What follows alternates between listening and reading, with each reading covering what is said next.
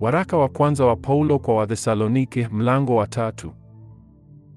Basi kwa hiyo, tulipokuwa hatuwezi kuvumilia zaidi, tuliona vema kuachwa Athene peke yetu.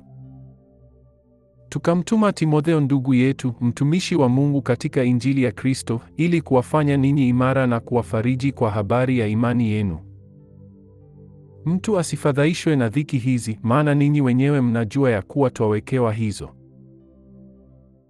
Kwa kuwa tulipokuwapo kwenu tulitangulia kuwaambia kwamba tutapata dhiki kama ilivyotukia, nanyi mwajua.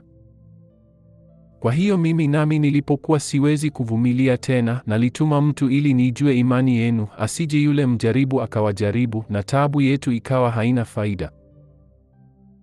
Lakini Timotheo alipotujia hivi sasa kutoka kwenu, alituletea habari njema za imani yenu na upendo wenu, na ya kwamba mnatukumbuka vema siku zote, mkitamani kutuona sisi vile vile kama sisi kuwaona ninyi.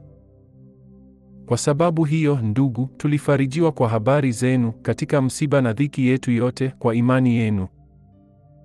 Kwa kuwa sasa twaishi ikiwa ninyi mnasimama imara katika Bwana.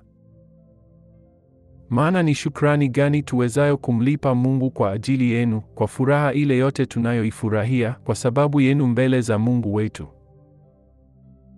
Usiku na mchana tunapoomba kwa juhudi tupate kuwaona nyuso zenu na kuyatengeneza mapungufu ya imani yenu.